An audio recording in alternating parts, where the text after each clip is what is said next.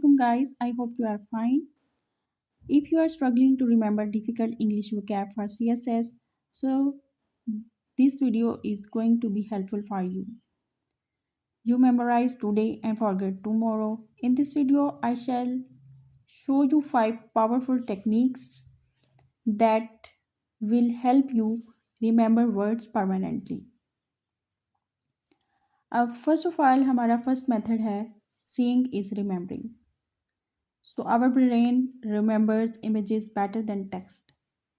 तो हमारा जो ब्रेन है उसमें जो इमेज है वो ज़्यादा रिटेन करता है बजाय इसके कि हम जस्ट टेक्स्ट को करें। जैसे कि मैंने यहाँ पे एक एग्जांपल ली है, जैसे वर्ड है ऑब्लिक, ठीक है। अब हमने क्या किया, कुछ सेलेंटेड लाइन लगाई हैं, तो इस तरीके से ये ज़्यादा देर तक हमें याद रहेगा। Instead of just reading it, imagine a slanted lines, then these things will retain in our mind for a long period of time. So इसी तरह सेकंड मेथड है हमारे पास मेक इट इंटरेस्टिंग। तो जो चीज़ें होती हैं बोरिंग हमें फील होती हैं वो हमें जल्दी याद भी नहीं होती और उसको याद करना उतना ही डिफ़िकल्ट होता है। तो so turn words into something fun और वियर्ड। जितनी वो फ़नी होगी या एक स्टोरी टाइप होगी उतनी देर तक हमें हमारे माइंड में वो रिटेन कर पाएगी। हम उनके वीडियोस बनाएंगे और उससे अगर हम अपने इमोशंस या स्टोरीज से कनेक्ट कर लेते हैं तो वो हमारे लिए उतनी ही हेल्पफुल रहेगी और हमारे माइंड में ज़्यादा देर तक रिटेन कर पाएगी। सो थर्ड मेथड अगर हम कहें तो वो है एटिमोलॉजिकल क्लूज़। हम अगर उसकी रूट वर्ड्स को याद कर लेते हैं तो उतनी ही वो हमें ज़्यादा हमारे लिए अंडरस्टैंडेबल होगी।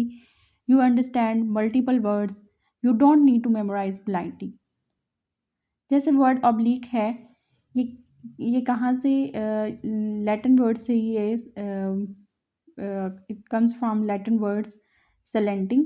सो इसी तरह हमने जैसे यहाँ पे कहा कि जैसे आपने ये लाइंस लगाई हैं तो इसी तरह हम इसको लैटिन वर्ड से मेमोराइज कर लेंगे सेलेंटी लाइन से। नेक्स्ट मेथड है हमारे पास, नेक्स्ट मेथड 4 हमारे पास है writing on your brain. Just read, so just reading is not enough. ऐसा क्यों है कि जब हम फिज़िकल एक्टिविटी करते हैं तो वो चीज़ हमारे दिमाग में ज़्यादा देर तक रिटेन कर पाती है और उतनी ही वो हमारी मेमोरी में स्ट्रेंथन होती जाती है। और इससे एक हमें फ़ायदा क्या होता है कि हमारी जो स्पेलिंग मिस्टेक्स हैं वो भी कवर अप हो जाती हैं। अब इसका एक और मेथड ये भी हम कर सकते हैं कि हम उस वर्ड को लिख लें, ठीक है, देन उस वर्ड का हम मीनिंग लिखें और फिर उसका हम अगर सेंटेंस बना लेते हैं, देन ये जो वर्ड होगा ये हमारी माइंड में ज़्यादा देर तक रिटेन कर पाएगा। अब नेक्स्ट मेथड अगर हम बात करें नेक्स्ट मेथड की तो वो हो सकता है फ्लैश कार्ड्स का। आप फ्लैश कार्ड्स बनाएं इस तरीके से, यहाँ मैंने और भी फ्लैश कार्ड्स बनाए हैं, आप इस तरह से फ्लैश कार्ड्स बनाएं और उसको डेली बेसिस पे रिवाइज़ करें। और ये एक बात भी है कि जिस चीज़ को आप 40 टाइम पढ़ लेते हैं वो आपकी माइंड का परमानेंट हिस्सा बन जाती है। तो वो कैब ऐसी चीज़ है कि एक तो ये हमारे जो एग्ज़ाम है उसमें 20 मार्क्स की आती है, तो ये इतना इंटेग्रल पार्ट है कि इससे आपकी गेम ही चेंज हो जाती है, आपकी मार्क्स एकदम ऊपर जाते हैं। तो अगर हम इसको याद कर लेते हैं तो अगर हम 20 मार्क्स इसमें से ही गेन कर लेते हैं तो हमारे लिए कितना ये बेनिफिशियल रहेगा। तो हम फ्लैश कार्ड बनाएं, जैसे हमने ये बनाया ऑब्लिक का बनाया और इसको इस तरह से ड्रा करके याद किया। एक तो इससे हमारी क्विक रिवीजन हो जाएगी, दूसरा हमारा एक्टिव रिकॉल हो जाएगा और ये CSS एग्ज़ाम के लिए भी परफेक्ट रहेगा।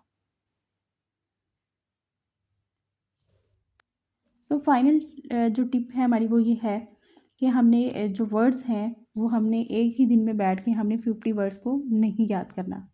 हमने क्या करना है, हमारा जो बेसिक काम है हमने ये करना है कि हम 5 to 10 वर्ड्स करें। हम जितने कम वर्ड्स को याद करेंगे उतने ही ज़्यादा वो हमें हमारे माइंड में रहेगा और उतनी ही हम उसे जो है हम उसका सेंटेंस बना सकते हैं, हम उसका मीनिंग को याद कर सकते हैं। तो उतने ही वो ज़्यादा अच्छे से हमें याद होगा। अगर हम ज़्यादा के पीछे भागेंगे तो हमें ये भी याद नहीं रहेंगे। तो छोटे छोटे स्टेप्स हमने लेने हैं जिससे हम सक्सेसफुल हो जाएंगे।